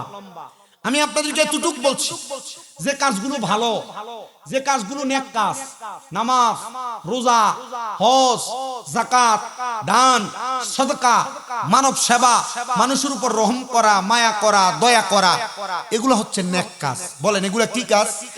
ধরে কোন না কি কাজ? নেক কাজ। যার তকদির ভালো, যার নসিব ভালো, মহান আল্লাহ যাকে দয়া করেছেন তাকে দিয়ে নেক কাজ করা। বলে হুজুর তাহলে কি বলেন? তো যারা গুনাহ করে, নামাজ ছাড়ে, রোজা ছাড়ে, হজ যাকাত ছাড়ে, দান সদকা ছাড়ে, হারাম খায়, পরের হক খায়, আল্লাহ কি এদেরকে রহম করে না আর এদেরকে দেখে না? ও দেখে। কিন্তু আল্লাহ নিজেরই ঘোষণা, লা ইউকাল্লিফুল্লাহু নাফসান ইল্লা উসআহা। আল্লাহ তাআলা কারো সাধ্যের বাহিরে কোনো কিছু চাপিয়ে দেয় না। এর সাধ্যে আছে আজীবন হারাম খাইবো, আজীবন পরের হক মেরে খাইবো, আজীবন সুদের টাকা খাইবো, আজীবন গোশের টাকা খাইবো, আজীবন বায়বাতিদের জমি দখল করে খাইবো। এটা তার সাধ্যে আছে, তার তকদিরে আছে, সে তার পাপের ভাগীদার হবে। কিন্তু কেউ যদি দুনিয়াতে নাম কামল করে, ভালো কাজ করে, এই নেক আমলের কারণে সে জান্নাতের ভাগীদার হবে, এটা তার সাধ্যে আছে। কিন্তু আব্বাজি এই নেক আমল আর বদ আমল করে যে আমরা একটা ঠিকানায় যেয়ে পৌঁছানো লাগবে, আপনারা কোন ওই ঠিকানাটার নাম কি বিল্ডিং না কবর? না, আপনাদের আওয়াজের নমুনা বোঝা গেছে হুজুর ঠিক আছে কবর, কিন্তু কবরে যাবো মরার পরে কি আর কোনো খবর থাকবে? জিনা থাকবে। আপনারা আরেকবার জবাব দেন, আমরা দুনিয়ার ভালো কর্ম আর খারাপ কর্ম করে যেই জায়গায় সর্বশেষ স্টেশনে যাব, ওই জায়গার নাম কি বিল্ডিং না কবর? কবর। আচ্ছা, এখন কবর পর্যন্ত যে যাবেন, আপনারা কি জানেন এই কবরে যাওয়ার আগেও আপনার সাথে আল্লাহর সাথে একটা হিসাব নিকাশ আছে। আজকে আমি তিরমিজি শরীফ এবং ইবনে মাজাহ শরীফের দুইটা হাদিসে মুবারাকা পড়ছি, যে হাদিসের কথাগুলো আমি জুমার নামাজে আমার মুসল্লিদের কাছে বলছি। আমি বড় অবাক হইলাম, যারা দুনিয়াতে গুনাহগার হয়ে মরে, বেনামাজি হয়ে মরে, আপনারা যারা এখানে বসছেন নামাজ পড়েন কি পড়েন না এটা আপনার বিষয়। আমি আমার কোনো ওয়াজে মানুষকে নামাজ পড়তে কই না। কি কোন নামাজ পড়তে কোন না? না, আমি আমার কোনো ওয়াজে মানুষকে নামাজ ছাড়তেও কই না। কি কোন ছাড়তেও কোন না, পড়তেও কোন না। তো কোন কি? আমি মানুষকে বলি নামাজ না পড়লে কি শাস্তি দিব, আমি মানুষকে বলি নামাজ পড়লে আল্লাহ কি পুরস্কার দিব, আমি মানুষকে বলি সুদ খাইয়েন এটাও কই না, খাইয়েন না এটাও কই না। আমি বলি সুদ খাইলে কি গুণ হইব, না খাইলে কি সওয়াব হইব, আমি এই কথাগুলা বলি। তা আমি আজকে এই ওয়াজের ধারাবাহিকতা পড়তে যেয়ে দেখলাম আল্লাহর নবী কয় কোন বদকার মানুষ, গুনাহগার মানুষ, বেঈমান মানুষ, কাফের মানুষ, মুনাফিক মানুষ, মুশরিক মানুষ, মুরতাদ মানুষ, জিন্দিক মানুষ, ফাসিক মানুষ, এই প্রকারের গুনাহগার মানুষ যারা আছে এরা যখন মারা যাবে, মারা যাওয়ার আগে আমার আল্লাহ তাআলা দুইটা কালা কালা ফেরেশতা পাঠাইব। কি ফেরেশতা? আস্তে কইলেন আপনারা। কি ফেরেশতা পাঠাইব? কালা ফেরেশতা। আপনারা শর্ট সিনির নিতে বইটা বইয়ে রয়েছেন যে এই শর্টটা নরম, এটা বানাইছে পাটের ফাতা দিয়ে, কিন্তু এই কালো কালো ফেরেশতা গুলা দুইটা শর্ট নিয়ে আসবে, যে শর্ট গুলা হবে শক্ত। কেমন শক্ত? কষ্ট আছে? বিরিয়ানি না খিচুড়ি? বিরিয়ানি। গরু না মুরগা? আরে ভাগলাও, মুরগি আবার খাসি, আবার ফেসবুকে লাইভ দিছে তো, খাসি যে খেটাদানি দিছে মোটামুটি মানুষ টের হয়েছে, এটা ভালো হয়েছে। এই না খাসি হওয়া শুরু হয়েছে, আস্তে আস্তে গুরুত্ব হইব। দরবার যেহেতু হয়ে গেছে মহিষ হইব, কথা কয় না তো হইব নি? তো ইনশাল্লাহ আপনার ধারাবাহিকতা বজায় রাখলে এটা হবে। আমি আপনাদের কাছে আবার ধারাবাহিক ভাবে কথাগুলা বলছি। কোন গুনাহগার বান্দা, কোন বদকার বান্দা, কোন ফাসিক মুরতাদ বান্দা যখন ইন্তেকাল করে আমার আল্লাহ তাআলা কালো কালো রঙের দুইজন ফেরেশতাকে প্রেরণ করেন, যেই ফেরেশতাদের হাতের মধ্যে শক্ত দুইটা মাদুর থাকে, বিছানা থাকে, চাটাই থাকে। ওই ফেরেশতাগুলা যখন আগমন করে বান্দার কাছে আসে না। হুজুর কি বলেন? বলে হ্যাঁ, বান্দার কাছে না আসার কারণ এক নাম্বার, ওই বান্দাটা দুনিয়াতে গুনাহ করার কারণে বান্দার রূহটা একটা দুর্গন্ধযুক্ত খবিশ রূহ হয়ে গেছে। কি আস্তে কইতেছে? কি রূহ? হাদিস শরীফে খবিশই বলছে। বান্দার রূহটা একটা খবিশ রূহ হয়ে গেছে। ফেরেশতাগুলো বান্দা থেকে কত দূরে থাকে একটু শুনেন। আল্লাহর নবীজির হযরতে সাহাবী হযরতে বারা ইবনে আযিব রাহমাতুল্লাহ আলাইহি তিনি বলেন রাদিয়াল্লাহু তাআলা আনহু তিনি বলেন, একটা বান্দা চোখ দিয়ে তাকাইলে ওই বান্দার চোখের দৃষ্টি শক্তি যতদূর পর্যন্ত যায়, ওই দৃষ্টি শক্তির একবারে শেষ সীমানায় দুইজন ফেরেশতা থাকে, কিন্তু বান্দার কাছে আগায় না। কারণ বান্দার রূহের মধ্যে দুর্গন্ধ, কারণ বান্দা একজন খবিশ। ওই বান্দার রূহের কাছে আগায় না। আল্লাহ তাআলা তখন আদেশ করেন, এ ফেরেশতার দলেরা, বান্দার রূহটাকে কবজ করা লাগবে, তোমরা চলে যাও। মালাকুল মাউত আজরাইল আলাইহিস সালাতু ওয়াস সালাম ওই বান্দার সামনে চলে আসে। বান্দার সামনে এসে আজরাইল বান্দার দেহের মধ্যে হাত দেয় না। হুজুর কি বলেন? বলে হ্যাঁ, আল্লাহ তাআলার ফেরেশতা মালাকুল মাউত বলতে থাকে, এ খবিশ রূহ মর্যাদা ছাড়া তিরস্কাররত অবস্থায় অসম্মানের সাথে বের হয়ে আসো। যখন রূহকে এমন আদেশ করা হয়, তখন রূহটা বান্দার মাথা থেকে পা পর্যন্ত শুধু দৌড়াদৌড়ি করতে থাকে, রূহ বের হইতে চায় না। নবী আমার বলেন, দুনিয়ার উম্মতের দলেরা শোনো, রূহটা যখন দৌড়াদৌড়ি করে তখন আমার আল্লাহ তাআলা আদেশ করে, ফেরেশতা মালাকুল মাউত, তোমার নাম কিন্তু মালাকুল মাউত নাম, তোমার নাম হলো আজরাইল, কিন্তু তুমি যখন আদম তৈয়ার করার জন্য মাটি নিতে গেলা, তোমার হাতের খাবলা দিয়া তুমি একসাথে 40 মণ মাটি উঠায় আনছো। জিবরাইল ফেরেশতা পারে নাই, মিকাইল ফেরেশতা পারে নাই, ইসরাফিল ফেরেশতা মাটি আনতে পারে নাই। এ আজরাইল, তুমি পেরেছিলা বিদায় আমি বলেছিলাম তোমার নাম মালাকুল মাউত, মানে মৃত্যুর ফেরেশতা। যাও যাও যাও, তুমি বান্দার রূহটারে তোমার হাত দিয়ে কবজ করো। ওগো এলাহি, পিতামাতার মন ফলে মাতৃগর্ভে পাঠাইলে, আবার জরায়ুতে দিয়েছিলে ঠাই, তোমারে আজব নমুনা পিতা মাতা টের পাইল না আলিমুল গাইবিন আল্লাহ সাই ওগো এলাহি তোমার মতো দরদি কেউ নাই বলেন নাম স্মরণে গুরনি দানে দয়া ভিক্ষা চাই ওগো এলাহি তোমার মতো দরদি কেউ নাহি ওগো এলাহি কে সুন্দর দেহ বানাইয়া এইভাবে দিলা পাঠাইয়া আবার দুনিয়া থেকে বিদায় করবা সাই এই দুনিয়ার মায়া মমতা কিছুই আমার সাথ রইবে না বিদায় করে দিবে ওগো সাই ওগো এলাহি তোমার মতো দরদি কেউ নাই বলেন তোমার নাম স্মরণে গুরনি দানে দয়া ভিক্ষা চাই ওগো এলাহি তোমার মতো দরদি কেউ নাই আপনারা বলেন গুরনিদান কালের সময় ওই মাওলার কালেমা জবান দিয়া পড়তে আমরা সবাই চাই কি চাই না কারা কারা চাই ডান হাত তুলে আমার আল্লাহরে দেখাই আল্লাহ কবুল করেন জোরে বলেন আমিন আল্লাহুম্মা সাল্লি আলা আম্মাদ নাবি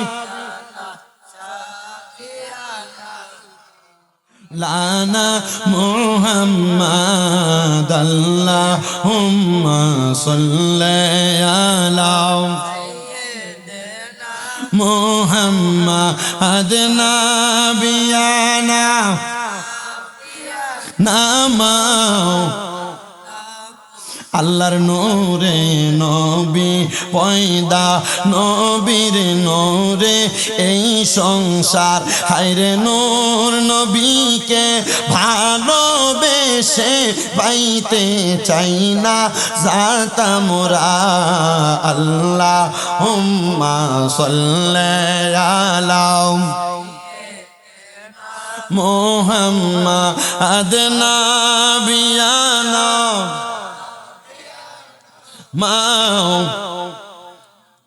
আমার প্রিয় মুসলমানেরা একবার একটা বান্দার চোখের শাসি মানা যেই জায়গায় ওই দুইজন ফেরেশতা সেই জায়গায় থাকে আর আল্লাহ বলে আদ্রাইল মালাকুল মাউত নামের খাতিরে তুমি এবার বান্দার রূহটারে কবজ করো এবার বান্দার দেহের মধ্যে হাত দেওয়া হয় নবী আমার বলে কেমন ভাবে একটা বান্দার দেহ থেকে রূহটা আলাদা করা হয় জানুনির দুনিয়ার মানুষ ইয়া রাসূলুল্লাহ নবী গো আপনি নবী বলেন না কেমন করে মানুষের দেহ থেকে রূহটারে কবজ করা হয় নবী আমার বলে একটা লোহার গরম রডকে একবার আগুনের মধ্যে উত্তপ্ত কইরা একটা ভিজা পশমওয়ালা চামড়ার মধ্যে লাগিয়ে দিলে একটা মানুষের যত কষ্ট হয় ওই বান্দার রূহটা কবজ করার সময় টান দিয়া বের করার সময় ওই বান্দাটার তত কষ্ট হয় ওগো নবীজি এমন কষ্ট তো তারা সহ্য করতে পারবে না নবী আমার বলে শুধু শুধু কষ্ট সহ্য করা না বান্দার রূহটা যখন কবজ করবে আজরাইল একটা সেকেন্ডের জন্য বান্দার রূহটা তার হাতের মধ্যে রাখবে না ও নবীজি কেন বান্দার হাতে রাখবে না আজরাইলের হাতে রাখবে না বান্দার রূহ নবী আমার বলেন কারণ বান্দার রূহটা একটা দুর্গন্ধযুক্ত রূহ খবিশ রূহ ওই বান্দার রূহটার সাথে সাথে ওই দুইজন ফেরেশতা কালো রঙের যে শক্ত চাটাই নিয়ে আসছে ওই চাটাইয়ের মধ্যে ফেলে দেওয়া হবে চাটাই গুড়ারে মোড়া দিয়া দুইজন ফেরেশতা বান্দার রূহটার উপরের দিকে নিয়ে যাবে প্রথম আসমানে যাইতে যাইতে একটা দুইটা দল থাকে না আল্লাহ তাআলার ফেরেশতার 7টা দল থাকে প্রথম আসমান এবং দুনিয়ার মধ্যবর্তী জায়গার মধ্যে যখন একটা বান্দার রূহ নিয়ে আজরাইল আলাইহিস সালাতু ওয়াস সালাম উপরের দিকে চলে যাবে প্রথম যেই দল ফেরেশতার সঙ্গে সাক্ষাৎ হবে ফেরেশতারা শুধু বলবে এটা কার রূহ তোমরা কার রূহ নিয়ে যাও ফেরেশতারা ধিক্কার দিবে আর তার দিকে থুতু নিক্ষেপ করবে তখন ফেরেশতার দলদেরকে আজরাইল ডাক দিয়ে বলবে ফুলান ইবনে ফুলান এটা হলো অমুকের সন্তান অমুক মানে এটা দিয়ে বুঝাবে দুনিয়ার সবচাইতে নিকৃষ্ট মানুষের সন্তান নিকৃষ্ট মানুষ এটা বইলা ফেরেশতার দলদের সামনে তাইকা নিয়ে যাবে সামনের দিকে আসমানে আসমানের সামনে যাইয়া আসমানকে বলবে এই বান্দার জন্য তোমার দরজা খুলে দাও। আসমান তখন বান্দার জন্য কোনো দরজা খুলবে না। কেন দরজা খুলবে না? শোনো রে মুসলমান, কারণ বান্দা একজন খবিস বান্দা। আমি বারবার বলি, গুনাহগার বলে আমি আপনাকে ছোট করব না, বেনামাজি বলে আমি আপনাকে ছোট করব না, হারামখোর বলে আমি আপনাকে ছোট করব না, মিথ্যাবাদী বলে আমি আপনাকে ছোট করব না। আপনাকে স্বয়ং নবীজি বলেছেন খবিস বলে সাব্যস্ত করা হবে। আপনি চিন্তা করে দেখেন, বেনামাজির চাইতে খবিস নামটা কত খারাপ, হারামখোরের চাইতে খবিস নামটা কত মারাত্মক। খবিস নামটা কিন্তু ভালো না। আল্লাহর নবীর একই হাদিসের মধ্যে তিনবার একটা মানুষের দেহকে খবিস বলেছে, একটা মানুষের রূহকে খবিস বলেছে। হায়রে দুনিয়ার মানুষ শোনো, এবার আসমানের দরজা বন্ধ করে দেওয়া হবে। নবীজি তখন বলবেন এই বান্দার জায়গা হলো সিজ্জিন, আপনারা একটা জবানও বন্ধ রাখবেন না। নবীজি তখন মানুষের জন্য, খবিস বান্দার জন্য একটা জায়গা নির্ধারণ করবে। জায়গাটার নাম কি? আসতে কইলেন, আপনাদের কি কষ্ট হইতেছে? আমি গতকালকে রাতে 2:30টার পরে হাদিস শরীফটা 3বার পড়ছি। 3বার পড়ার উদ্দেশ্য নিয়ে হাদিস শরীফটা পড়লে আমার ওয়াজ বেশি জায়গায় বেশিক্ষণ করা লাগবে না। যদি মূলের জায়গার ওয়াজ যদি আমি একটু করি, একটুতে মানুষ সন্তুষ্ট হবে, ঠিক আছে না? এই জন্য 3বার পড়ছি, জুমার ভিতরে 2বার পড়ছি। তো পয়রা মোটামুটি 5বার পড়াতে এটা এমন ভাবে ঠোঁটে লাগছে, আমি পারি না। এটা আজকে বাড়িতে এই জুমা পড়ে আইসে আবার করা শুরু করি। আপনারা যে আসছেন, আপনাদের কাছে ওয়াজটা করলে ভালো লাগবে আমার, আপনারা যদি আমাকে কথাটা উত্তর দেন। আপনারা বলেন খবিস বান্দা যারা, গুনাহগার বললাম না, বেনামাজি বললাম না, হারামখোর বললাম না, বদকার বললাম না, এক কথায় খবিস বলছেন নবীজি। এ বান্দার শেষ ঠিকানার নাম কি? জোরে কোন? সিজ্জিন। কোনটারে বলা হয়? না, সিজ্জিন বলা হয় দুনিয়ার জমিনের একবারে নিচের যে জায়গাটা, ওটারে বলা হয় সিজ্জিন। জমিনের শেষ ভাগকে বলা হয় সিজ্জিন। আল্লাহর নবী তখন বলবেন এই বান্দার ঠিকানা হলো সিজ্জিন। মাফুন আছে না?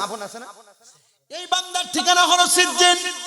বান্দাকে তখন আসমানের উপর থেকে ফেরেশতারা ছেড়ে দিবে। বান্দার বোঝা কেন আমরা গ্রহণ করব? সিজ্জিনে চলে যা বলে বান্দার আসমান থেকে ছো মেরে নিচের দিকে ফেলে দেওয়া হবে। ওই ফেলে দেওয়ার সময় একটা চিল পাখি ওই বান্দার দেহটারে টান দিয়া নিয়ে যাবে। আর এমন টাইমে একটা ঝড়ো হাওয়া আইসা বান্দার রুহটারে ডাইরেক্ট বাতাসের সাথে জাহান্নামে নিক্ষেপ করে দিবে।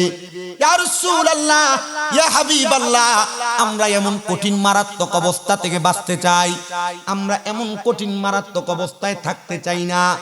আশিক রাসূল আল্লাহর হাবিব মুহাম্মদুর রাসূলুল্লাহর একজন হক্কানি আশিক, যার নাম হযরতে শেখ মুহাম্মদ ফরিদউদ্দিন আত্মার রহমাতুল্লাহ আলাইহি, যিনি একটা কিতাব লিখেছেন আত-তাযকিরাতুল আউলিয়া।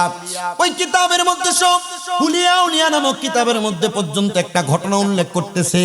এই জাহান্নামের কথা শুই না, খবিশ রূহুর কথা শুই না, আল্লামা শেখ ফরিদউদ্দিন গঞ্জের শকর রহমতুল্লাহি আলাইহি আম্মা জান একদিন কান্না করতে লাগলেন। আর শেখ ফরিদউদ্দিন গঞ্জের শকর রহমতুল্লাহ আলাইহি ওনার মায়ের কাছে যাইয়া 8 বছর বয়সে জিজ্ঞাসা করে, 12 বছর বয়সে জিজ্ঞাসা করতেছে, গো আম্মা জান আপনি কেন এমন ভাবে কান্নাকাটি করতেছেন? মা ডাক দিয়া কয়, বাবা আমি মা তো দুনিয়ার জন্য কান্দি না, আমি কান্দি মৃত্যুর সময় না জানি আমার রুহটার নাম খবিস হয়ে যায়। আল্লাহ যেন আমি মারে খবিস না বানায়, আমি এটার জন্য কান্দি। ওই সন্তান 12 বছর বয়স, জান্নাতের কি বুঝে জাহান্নামের কি বুঝে, 12 বছর বয়সে মার কাছে যায় কান্দে আর ডাক দিয়া কয়, মা গো মা, জাহান্নাম তো বড় খারাপ জায়গা, আর সিজ্জিনের মধ্যে যদি আমার আল্লাহ তাআলার ফেরেশতারা মানুষটারে ফালায়, মানুষ তো বড় কষ্ট পাবে গো।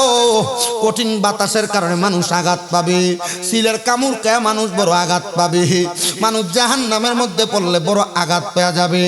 ও আম্মা জান আপনি একটাবার আমারে বলেন না, আমার আল্লাহ তাআলা কেমনে দুনিয়ার জমিনে আমারে বাঁচাইবো, আপনি মারে বাঁচাইবো। এবার মা ডাক দিয়ে কয়, গো সন্তান শোনো, ইয়া আইয়ুহাল্লাযীনা আমানু কুল আতিউল্লাহা ওয়া আতিউর রাসূল ওয়া উলিল আমরি মিনকুম, তোমরা যারা ঈমানদার তোমরা তোমাদের জবান দ্বারা আল্লাহর নবীর কথাগুলো শোনো। আতিউল্লাহা, তোমরা আল্লাহ তাআলার ইতাআত করো, যদি তোমরা আল্লাহ তাআলার ইতাআত না পাও, ওয়া আতিউর রাসূল, তোমরা রাসূলে পাকের ইতাআত করো। রাসূলে পাকও তো পাইলাম না, তাহলে আমরা কি করব? বলে ওয়া উলিল আমরি মিনকুম, তোমাদের মধ্যে উলিল আমর যারা তাদের অনুসরণ করো। ইয়া রাসূলুল্লাহ উলিল আমর কারা, তাদের পরিচয় আপনি একটাবার দেন না। এবার নবী আমার আল্লাহ তাআলার কোরআন কারীম থেকে বলেন, মিনান নাবিয়িনা ওয়াস সিদ্দিকিনা ওয়াস শুহাদাই ওয়াস সালিহিন ওয়া হাসুনা উলাইকা রাফিকা। এক নাম্বার নবীগণ হলো আল্লাহ তাআলার উলিল আমর, দুই নাম্বার সিদ্দিকগণ উলিল আমর, তিন নাম্বার শহীদগণ উলিল আমর, চার নাম্বার সলিহিনগণ মানে আল্লাহর নেককার বান্দাগণ আউলিয়াগণ হলো উলিল আমর। আর যদি তোমরা এদেরকে মুহাব্বত করতে পারো, এদেরকে ইতাআত করতে পারো, তাহলে এরাই হবে তোমাদের ও হাসুনা উলাইকা রফিকা উত্তম বন্ধু। ইয়া রাসূলুল্লাহ, উত্তম বন্ধু তো পাইলাম, উত্তম বন্ধু আমাদের কি উপকারে আসবে? নবী আমার বলেন, দুনিয়া থেকে কবরে যাওয়ার পরে আল্লাহ তাআলা পাঁচ প্রকার মানুষকে শাফাত করার মতো ক্ষমতা দিবে। এর মধ্যে একটা প্রকার হলো যারা উলিল আমর আল্লাহর নেককার বান্দা, তারা দুনিয়ার মানুষদেরকে সুপারিশ করবে। ওগো মানুষেরা, আমি জানি অত্র অঞ্চলের মধ্যে বিভিন্ন তরিকতপন্থী মানুষ আছেন, বিশেষ করে সারসিনা দরবারের অনেক মুরিদানরা আশেপাশে এলাকাতে বসবাস করেন। আমি জানি রে মুসলমান, এলাকার মধ্যে কালিয়াপুর দরবার সহ বিভিন্ন দরবারের বায়াত আপনারা এখানে গ্রহণ করে বসে আছেন।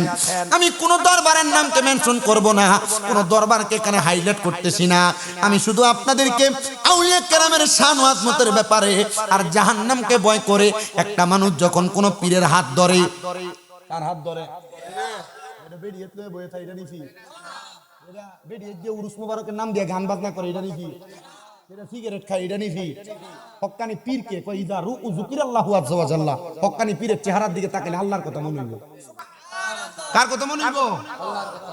হ্যাঁ, আমি বহু জায়গাত কইছি এমন পীর যদি কেউ ধরে পাও এটা তালাক দাও, কারণ এটা নিজে জান্নাতে যাবে দূরের কথা, এটা নিজে তো জাহান্নামে যাবে। মুরিদ নিব কোন সময়? কথা কয় না। আপনি উচিত কথা কন, আমরা দাওয়াত কমবো, জীবনও কমতো না। আমার ভালো ভালো হয়েছে দাওয়াত দে, আলহামদুলিল্লাহ কয় না তো। হ্যাঁ কইতেছে সুন্নিদের মাঝে একজনকে দেখলাম মাথার ভিতর উল্টা পাল্টা কাম হইলে আপনি এটার বিরুদ্ধে কন, কোন ফিসাব সিগারেট খেলে আপনি এটার বিরুদ্ধে কন, কোন ফিসাব বিড়ি তুলে বয়ে থাকলে আপনি এটার বিরুদ্ধে কন। এখন আপনি এটার ফির কোন কি লেগা? এটা তো ভিন্ন না, যেটা বিড়ি তুলে বয়ে থাকে, যেটা সিগারেট খাইতে শয়তান। কথা কয় না, ঠিক না বেঠে? এটা নিজে জান্নাতে দেব দূরের কথা, এটা নিজে জাহান্নামে দেব, মুরিদানদের লয়ে দেব। এমন পীরকে ধরে থাকলে এটারে তালাক দাও। হক্কানি পীরকে ধরো, যার দিকে তাকাইলে আল্লাহর কথা মনে হবে, এই হক্কানি পীর। অন্যগুলা বাতিল ফেরকা। ডান হাত তুলে বলো ঠিক না বেঠে?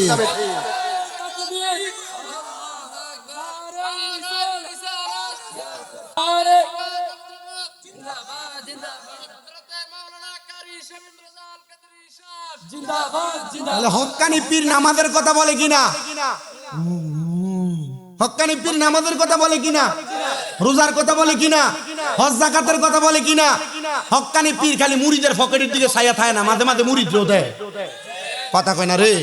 আর এখনকার বহু পীর আছে একবারে মুরিদের পকেটের দিকে, এটা গরু লিয়ে যায় দরবারে, এটা লগে দিয়ে নেবে বোয়া, আর এটা হাদিয়া ছাড়া মুসাফা করে। ঠিক আছে বস।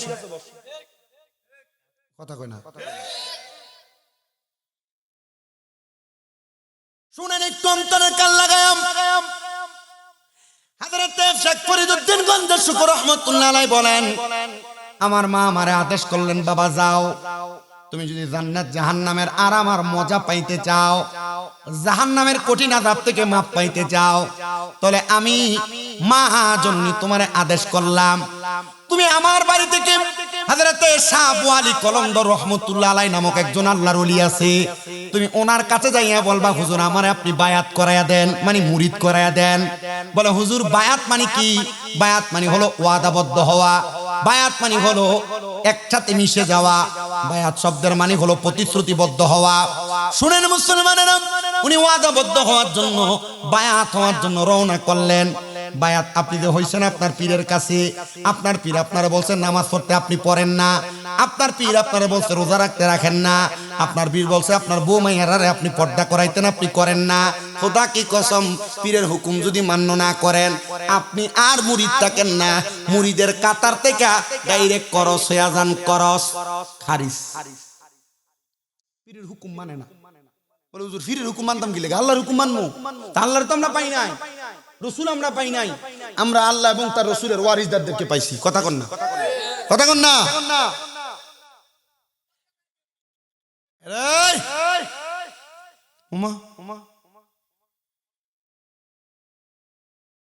দৈরান না মানুষ দিয়ে দৈরান না, স্টেজে বয় দিমু।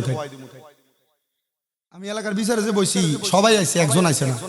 মাইকে ঘোষণা দিছি, যাও হেরে যায় তিনজনে মিলে ধরে আনো। তিনজনে যে ধরে আনছে।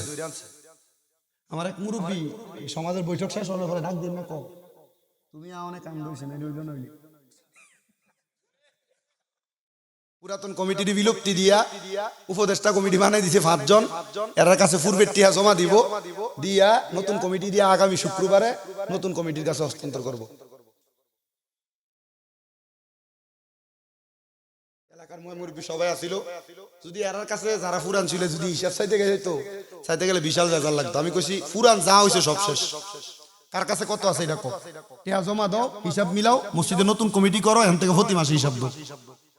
আমাদের এলাকার মসজিদ 2 তালা, নিচতলার কাজ কমপ্লিট, অল্প একটু কাজ আছে ধনপুর। তো দোতলা একটু কাজ ছাত্রা হইছে, এখনো টাইস হয় নাই, নিচেও টাইস হয় নাই। আমি একটা টার্গেট করছিলাম যে নতুন ভাবে তৈরি কইরা এই মসজিদ যেহেতু দোতলা একটা মাদ্রাসা চালু করে নাও। মাদ্রাসা চালু করে কেউ আর হদ্দারি করতে পারত না। এলাকার পোলাপাইন পড়ার ব্যবস্থা হয়ে যাবো না। আমি চিন্তা করলাম যে আমি আমার ফকেরের টিহা দিয়ে হুজুর একটা এলাকার ফলাই মূর্খ জন না আনাইলে দেখা যায় যে রাত 2:30 3টার দিকে যায়, এক একটা শোয়ের দিকে সাউন্ড জানা, তো খবর লয়ে দিই যে কিতারে এরিয়া মন কা কইটি বাবা খা।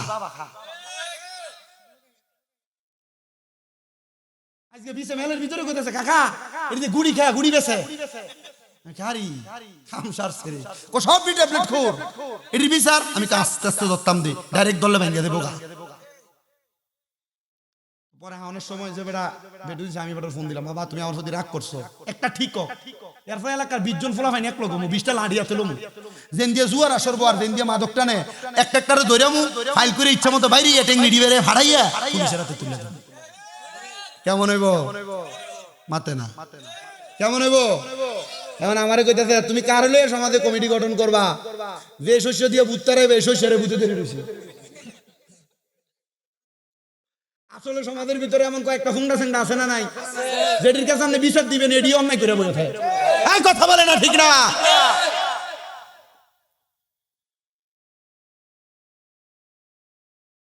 এলাকাতে নাম দিছে মাদক দমন কমিটি, হে তলে তলে হোলাইন দিয়া বাবা গেছে আছে না?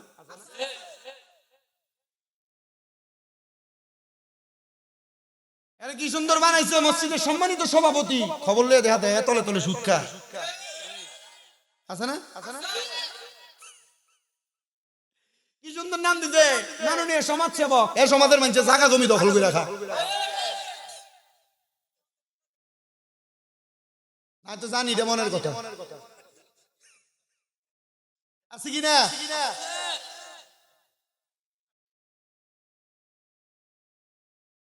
আমার